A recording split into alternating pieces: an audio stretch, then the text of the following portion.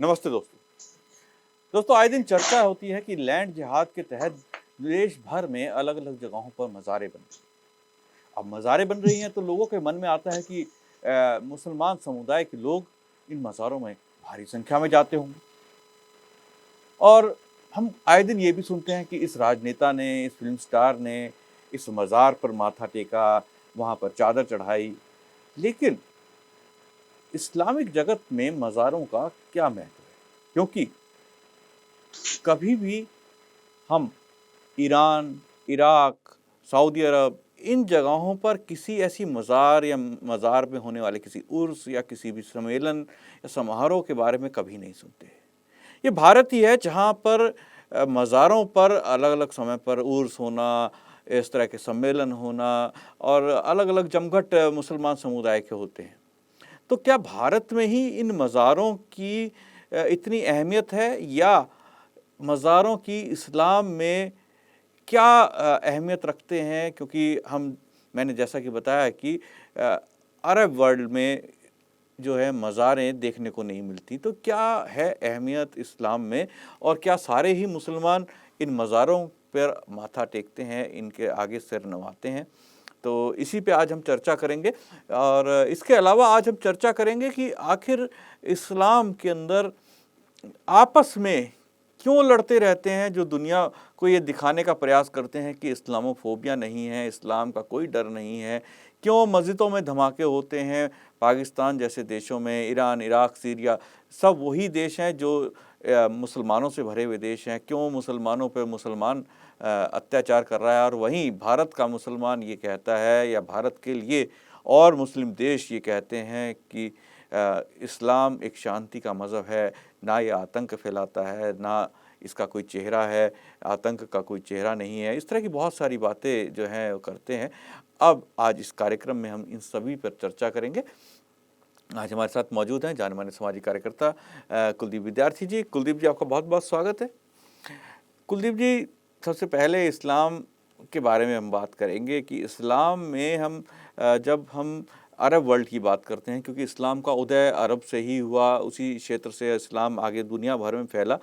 क्या वहाँ पर भी मज़ारों को पूजा जाता है? क्या मज़ार जैसी चीज़ें या उर्स जैसी चीज़ें वहाँ भी होती हैं या भारत में ही होती हैं और यहीं के मुसलमान उसे सब पूजते हैं? जी, बहुत बढ़िया, नमस्ते। अमित, बहुत बढ़िया प्रश्न आपने किया है और मैं आपसे एक चर्चा करना चाहूँगा कि सनातन धर्म से ही निकले जितने भी संप्रदाय आप देख रहे हैं दुनिया भर में इस समय पर, वो सारे संप्रदाय सनातन धर्म से निकल कर के आए। महाभारत काल के बाद में सनातन धर्म में बिगाड़ आया तो स्वाभाविक सी बात है, जो उसके बाद में संप्रदाय बने उनमें मिलावट होना स्वाभाविक बात है। जब सनातन धर्म में मिलावट आई तो उनके यहाँ पर भी आई और सनातन धर्म भी इस सब चीज़ों का शिकार हुआ। यहाँ पर भी ऐसी बुत परस्ती आई, जो मूर्ति पूजा जिसका नाम लिया जाता है, वो आई। चरित्र की जगह पर चित्र की पूजा होने लगी। तो यहाँ पर ये माना जाने लगा कि भाई चित्र की पूजा करने के बाद में सारी मनोकामनाएं पूर्ण हो जाती। तो यही भाव इस्लाम जगत में जब से इस्लाम की उत्पत्ति हुई तब से विवादों का स्थल रहा है और निरंतर इस विषय पर विवाद चलते चले आ रहे हैं, आज भी चल रहे हैं। उनमें जो संप्रदाय हैं, जो फिरके हैं, उनके फिरका जो है, फिरका मतलब जाति से होता है, तो बिरादरी उसको कह सकते हैं, उसको कास्ट भी कह सकते हैं। तो उनके अंदर फिरका परस्ती और वो फिरकों को लेकर के अलग-अलग उनकी मान्यताएं, अलग-अलग उनके विचार निरंतर जन्म ले रहे हैं और वो शुरुआत से उनका है। अनेकों देशों में इस बात को लेकर के अलग-अलग चलती रहती है उनमें और मैं कहूँगा कि पूरे देश दुनिया में और अनेकों देशों में भी, भारत के अलावा भी अनेकों देशों में भी मज़ारों की पूजा होती है, लोग करते हैं। सब दुनिया में ऐसे सब जगह पर बनी हुई हैं मज़ारें। कहीं किसी महापुरुष की कह करके बताई जाती है, तो कहीं किसी औलिया की किसी पीर की बताई जाती है।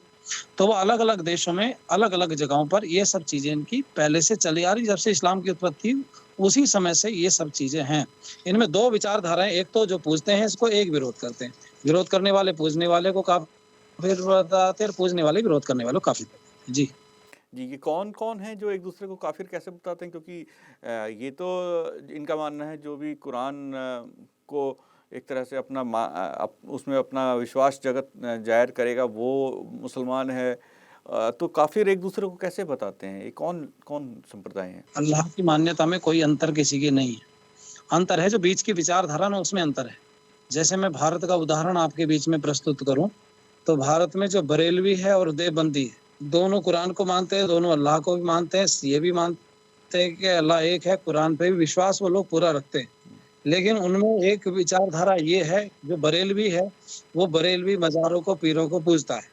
जैसे ही हिंदुओं में आप देखते हैं कि हिंदुओं में खड़ी मूर्ति की पूजा होती है, इनके यहाँ पर पड़ी मूर्ति की पूजा होती है, जो कब्र में दफन है।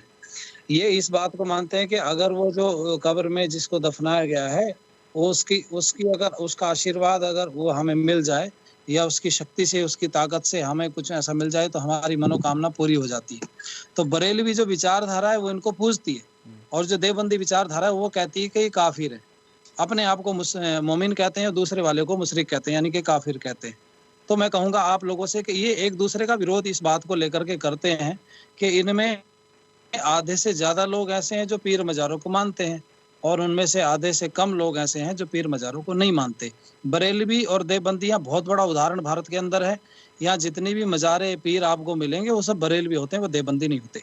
और जी। बरेलवी जो हैं, वो ये जमात-ए-इस्लामी के अंतर्गत भी नहीं आते, अपने आप को जमात-ए-इस्लाम जो चलती है, जमात चलती है, जी। उससे भी अपने आप को दूर करते हैं। एक बहुत बढ़िया मैं आपके बीच में इसका उदाहरण प्रस्तुत करूँगा, जो ये निज़ामुद्दीन औलिया की मज़ार है। हुँ, निज़ामुद्दीन मरकज़ जिसको बोलते हैं, जिसमें कोरोना काल में आपने देखा होगा कि हज़ारों लोग उसमें मिले थे। जी। जबकि सरकार ने गाइडलाइन जारी कर दी थी कि सबको बाहर भेजो, लेकिन वहाँ पर वो चलाते रहे। बहुत लोगों को कोरोना भी हुआ, वो सब विवादित जगह है, विवादित विषय रहा है। उस पर मैं चर्चा नहीं करूँगा, मैं चर्चा इस समय पर ये कर रहा हूँ कि वो जो मज़ार है, मज़ार के ऊपर मरकज़ बना हुआ है, हुँ, जिसको निज़ामुद्दीन औलिया की मज़ार बोलते हैं, उसके ऊपर जो निज़ामुद्दीन मरकज़ बना हुआ है, मरकज़ पर कब्ज़ा देवबंदियों का है। हुँ, और जो मज़ार है, वो मज़ार है बरेलवी, उसको पूजते हैं, चूँकि देवबंदी तो विरोध करते हैं मज़ार का। तो जब देवबंदी विरोध करते हैं मज़ार का, तो निज़ामुद्दीन औलिया की मज़ार से या उसके जो ऊपर जो बना हुआ है मरकज़, तो उससे उनका लेना-देना क्या है? हुँ। उनमें आज भी इस बात का झगड़ा चल रहा है। वो दावा करते हैं बरेलवी कि हमारा है मरकज़, और वो देवबंदी कहते हैं कि हमारा है मरकज़। जी। जी, बिल्कुल। कुलदीप जी, अब बात चली बरेलवी या शिया, सुन्नी या जो भी देवबंदियों की, इसमें एक हम नाम सुनते हैं, बहुत समय हमने सुना है, अहमदिया समुदाय। ये अहमदिया समुदाय क्या है? ये एक और समुदाय बन चुका है इनके अंदर, और क्या ये भी मज़ारों को पूजने वाला है और इसी तरह से है? ये कौन लोग हैं अहमदिया? देखो, तो मैं बताऊँगा आपको कि जो सुन्नी जो है विचारधारा है, सुन्नी और शिया में भी अलग-अलग चलता है, लेकिन ये जो सुन्नी विचारधारा है, ये सुन्नी विचारधारा ये मानती है कि मोहम्मद साहब अंतिम पैगंबर हैं, उनके बाद कोई पैगंबर नहीं हुआ। लेकिन एक मिर्ज़ा गुलाम अहमद हुए हैं, जो 1835 में जिनका जन्म हुआ और 1908 तक वो जिए संसार में। उन्होंने बड़ी अच्छी शिक्षाएँ दी हैं, अच्छी बातें उन्होंने कही हैं। कहते हैं कि उसके मोहम्मद साहब के बाद में ये मिर्ज़ा गुलाम जो हैं, ये और एक नए पैगंबर आए हैं, मैसेंजर हैं, जिनके जो दूत हैं, जिन और बाकी वाली दुनिया के जो लोग हैं, वो कहते हैं कि ऐसा कोई दूत आ ही नहीं सकता, वो तो अंतिम दूत तो वो मोहम्मद साहब थे। हुँ, तो ये फिर ये कहाँ से आए? तो ये जो मिर्ज़ा गुलाम अहमद थे, इनसे अहमदिया चला। जी। इनके नाम के पीछे जो अहमद लगा था ना, तब ये जो संप्रदाय चला, वो इनसे चला, और इन्होंने एक अपनी अलग विचारधारा दी, अलग शिक्षाएँ इन्होंने दी हैं। और ये जो बाकी के जो मुसलमान हैं दुनिया भर के, हुँ, इसी बात को मानने से कि भाई ये लोग मिर्ज़ा गुलाम अहमद को दूत मानते हैं और मोहम्मद साहब को अंतिम पैगंबर नहीं मानते, इसलिए इनको इस्लाम से खारिज कर दिया गया। और ये जो अहमदिया विचारधारा है, ये अहमदिया विचारधारा इस्लाम से दूर होती जा रही है। जी, यानी कि जो अभी हम बीच में एक विवाद सुन रहे थे, जहाँ पर ये कहा गया था कि अहमदिया मुसलमान नहीं है एक राज्य के जो वक्फ बोर्ड ने, तो यही कारण रहा होगा, क्योंकि जिस प्रकार से आपने बताया कि जो इनके जिन्होंने ये अहमदिया जो संप्रदाय आरंभ किया, इन्होंने अपने आप को पैगंबर के बाद अपने आप को ये कहना शुरू कर दिया कि उसके बाद ये हैं। तो ये जो अहमदिया, बरेलवी, शिया, सुन्नी, हम देखते हैं भारत में तो सब जने एक साथ रहते हैं, लेकिन और देशों में इनके क्या हालात हैं, वहाँ क्या चल रहा है? क्योंकि पाकिस्तान या अफ़गानिस्तान या इन देशों में क्या ये सब एक साथ रहते हैं, या जो आम तौर पे हम देखते हैं लड़ाई झगड़ा, बम धमाका, गोली, ये सब हो रहा है? क्योंकि ये जब भारत में, ये मैं इसलिए कह रहा हूँ क्योंकि जब भारत की बात आती है तो भारत में मुसलमान देश जो दुनिया भर के हैं, वो कहते हैं कि मुसलमानों पर हिंदू अत्याचार कर रहे हैं, मुसलमान बिल्कुल शांति प्रिय हैं, और मुसलमान दुनिया भर में एक होकर रहते हैं। इस तरह की बहुत सारी चीज़ें कही जाती हैं, रेजोल्यूशन पास किए जाते हैं, जबकि वास्तविक चेहरा क्या है इनका, जो इस्लामिक देशों में रहने वाले और मुस्लिम समुदाय के लोगों का? ये तो भारत में भी आप देख रहे हैं, भारत में भी झगड़ा चलता रहता है हर समय। इनकी आपस में एक दूसरे के साथ में मतभेद निरंतर है। और अहमदियों के लिए तो आपको आश्चर्य होगा, विवाहों में भी लिखा जाता है कि हमारे विवाह में अहमदियों का आना सख्त मना है। आप सोचो जरा, उनको बोल दिया गया है, कोई हिंदू जा सकता है, कोई बात नहीं। किसी का कोई काम है, कोई किसी को रखा उन्होंने, कोई हलवाई है, कोई और कैटर्स किसी और काम में है, मान लो कोई व्यक्ति पे, वैसे तो होता नहीं, लेकिन अगर कोई है कारण से, तो उसको कोई उनको आपत्ति नहीं लगाना। उसमें लिखा होता है कि अहमदियों का आना यहाँ पर सख्त मना है। तो भारत में भी चल रहा है गतिरोध, मतभेद इनमें आपस में है। लेकिन मैं आपसे कहूंगा कि वो मतभेद जो है वो सामने नहीं है लोगों के, उसको जाकर नहीं किया जाता। जो जमात इस्लामी है, जो जमात यहाँ पर चलती है, या फिर जो जैसे पीएफआई जैसा संगठन, जिस पे पिछले दिनों सरकार ने चर्चा की भी और उस पर बैन लगा दिया, पीएफआई पर, पॉपुलर फ्रंट ऑफ इंडिया, ये लोग क्या काम करते हैं, युवाओं को, चाहे वो अहमदिया हो, देवबंदी हो, बरेलवी हो, वहाबी हो, वो किसी भी विचारधारा को, उन सबको एक कनेक्ट करने का काम करते हैं, उनको जोड़ते हैं और उनको जोड़ करके बताते हैं कि भाई अगर हमारा इस्लाम का राज आ जाएगा तो हम सब लोगों के पास में सारी चीजें जो हिंदुओं पर हैं वो सब हम पर होंगी। क्योंकि हिंदू स्वीकार करेगा नहीं इसको, इस्लाम को, तो वो मर कट जाएगा, वो भागेगा यहाँ से छोड़ के भागेगा, तो उन सब पर तुम्हारा कब्जा। तो वो जो इनको लालच दिखाया जाता है, उस लालच की वजह से ये सब लोग इनके साथ में जुड़ जाते हैं। हालांकि इनका खाना पीना भी एक जगह पर नहीं, इनको तो अगर आप चाहो तो ये एक साथ बैठ करके भोजन तक नहीं कर सकते एक जगह पर, क्योंकि उनको ये बहुत बड़ा काफिर मानते हैं। ये कहते हैं कि उन्होंने इस्लाम में एक नई खामी पैदा कर दी। अहमदियों, जो कादियान जो पाकिस्तान में इस समय पर जग रहा है, मिर्जा गुलाम वहां से थे, और वो कादियान से ये अहमदिया चला है, भारत में भी है और चल रहा है भारत में भी, चूंकि उनके किसी भी महापुरुष को मानने वाले जो फॉलोअर देश दुनिया में होते हैं। और सबसे बड़ी समस्या आपको पता है इस्लाम के साथ में क्या? जी। इस्लाम के जो जो लोग हैं इस समय पर, वो इस बात को स्वीकार नहीं कर पा रहे हैं। उनके पास जो विचारधारा है ना, ये उनके त्योहार जो हैं, उनकी मान्यताएं जो हैं, वो सनातन धर्म की हैं आज भी, आधे से ज्यादा। भारत के अंदर मैं चर्चा कर रहा हूँ, चाहे कोई कितना ही पक्का अपने आप को वो मुसलमान मानता हो, उनके विवाह आदि अवसरों पे आप जाकर के देखो, सारी व्यवस्था तो वही है जो सनातनियों की होती। भाई खान पीन वैसा है, बारात का आना जाना ये सब वैसा ही है। इस्लाम का इनके पास है कुछ नहीं। दूसरी बात, जब किसी बहन बेटी का विवाह होता है तो उसके मामा आते हैं, तो भात भरने के लिए आते हैं। तो वो भी विचारधारा हमारी, वो भी सब कुछ फंक्शन हमारे हैं। और सनातन धर्म का एक और मैं आपको कहूंगा कि इनके और हमारे यहाँ पर बहुत सारी चीजें कॉमन। जब कोई शुभ अवसर होता है तो हमारे यहाँ पर माताएं बहनें गीत गाती हैं। इनके यहाँ पर भी कोई शुभ अवसर, विवाह आदि होता है, बच्चे का जन्म, तो उस समय पर भी गीत गाए जाते। तो इनकी जो विचारधारा है या इनकी जो मान्यताएं हैं, जो इस समय पर भी हैं, चाहे कितने भी कट्टर पक्के मुसलमान क्यों ना बन जाए, फिर भी सनातन धर्म की बातों को लेकर के चल रहे हैं। उसके बिना इनका काम भी चलने वाला नहीं, क्योंकि ये सनातनी है, ये अर्ध मुसलमान है, अर्ध सनातनी हम इनको बोल सकते हैं। इन्हें बहुत बढ़िया गीत लिखा था, ये है मूले मलकाने, इन्हें मुसलमान मत कहो, क्योंकि ये मुस्लिम नहीं, आज भी सनातनी हमारे भाई है।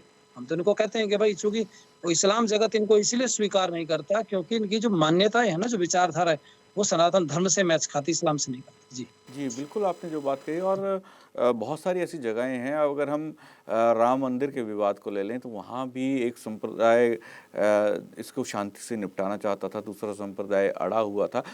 तो कहीं न कहीं इस्लाम जगत में आपसी मतभेद इतने अधिक हैं कि जो ख़त्म नहीं होंगे। वहीं आज भी भारत के अंदर ऐसी शक्तियाँ मौजूद हैं, ऐसे लोग मौजूद हैं जिनके कुछ के राजनीतिक लाभ हो सकते हैं, कुछ के कुछ और लाभ हो सकते हैं कारण, वो ये साबित करने पे जुटे हुए हैं कि इस्लाम एक शांति प्रिय है और ऐसा मज़हब है जहाँ पर कुछ भी गलत नहीं है और वास्तविकता कुछ और है। और इसी के चलते हम आम देखते हैं कि जगह जगह पर ऐसे बहुत सारे केसेस सामने आते हैं जहाँ इस्लाम धर्म अपनाने के लिए, मतांतरण करने के लिए अलग अलग तरह के प्रलोभन, माइंड वॉश किया जाना, भले ही वो आज इंटरनेट के माध्यम से हो, यूट्यूब के माध्यम से हो, इस तरह के बहुत सारे प्रयास किए जा रहे हैं। और कहीं ये दिखाने का प्रयास हो रहा है कि हिंदू सनातन धर्म में जो खामियां हैं वो उनके मज़हब में नहीं है। लेकिन इस कार्यक्रम के माध्यम से हमारा साफ मकसद यही है, लोगों को जानकारी मिले कि आखिर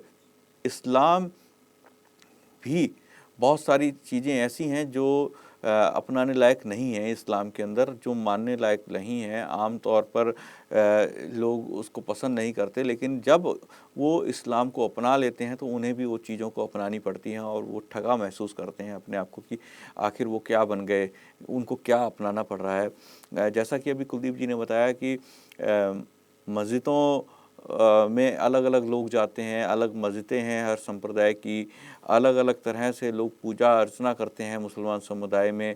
हमने इससे पहले भी एक एपिसोड किया था जिसमें बताया गया था ऊंच-नीच जातिवाद इस्लाम समुदाय के अंदर बहुत ज़्यादा है। एक तरह से दूसरे को, अपने ही समुदाय के लोगों को काफ़िर कहना, कत्ल करना, उनके ऊपर जुल्म करना, ये भी इस्लाम का एक हिस्सा है, इसे भी नकारा नहीं जा सकता। तो क्या इतनी ज़्यादा अगर आपसी मतभेद होते हुए भी किस तरह से ये दावा करते हैं, ये बात हमारी समझ में नहीं आती कि ये एक शांति प्रिय लोग हैं और ये एक आइडियल मत है दुनिया के अंदर। इस तरह की जो बातें करने वाले लोग हैं, उनके बारे में एक ये जो सच्चाइयाँ हैं इसका कोई जवाब नहीं है। क्योंकि आम तौर पर हम भारत में भी देखते हैं, सुनते हैं कि दंगे होते हैं, एक दूसरे के ऊपर अत्याचार भी करते हैं। जैसा कि कुलदीप जी ने बताया कि एक संप्रदाय का व्यक्ति दूसरे संप्रदाय के कब्रिस्तान में नहीं जा सकता, उनके विवाह में नहीं जा सकता, संबंध नहीं बना सकता। तो ये सब चीज़ें होती हैं। इसके अलावा पाकिस्तान में तो यहाँ तक है कि मस्जिदों में रमज़ान के दिनों में अलग-अलग तरह की मस्जिदों में, शियाओं की, सुन्नियों की मस्जिदों में बम धमाके होते हैं और अहमदियों को सरेआम मार दिया जाता है और उस अत्याचार किया जाता है और उसके ऊपर पुलिस कोई एक्शन नहीं लेती। भले ही हिंदू और ईसाई समुदाय के लोग वहाँ पर अत्याचार झेलते हैं, लेकिन अहमदिया जो हैं वहाँ पर शायद अधिक झेलते हैं इस अत्याचार को। कुलदीप जी, आप हमारे साथ इस कार्यक्रम में आज आप जुड़े। आपने जो महत्वपूर्ण जानकारी इस्लाम के बारे में आज हमारे दर्शकों को दी, आपका बहुत-बहुत धन्यवाद। दोस्तों, कल फिर मुलाकात होगी एक नए विषय और एक नए मुद्दे के साथ। आज मुझे आज्ञा दीजिए। नमस्ते।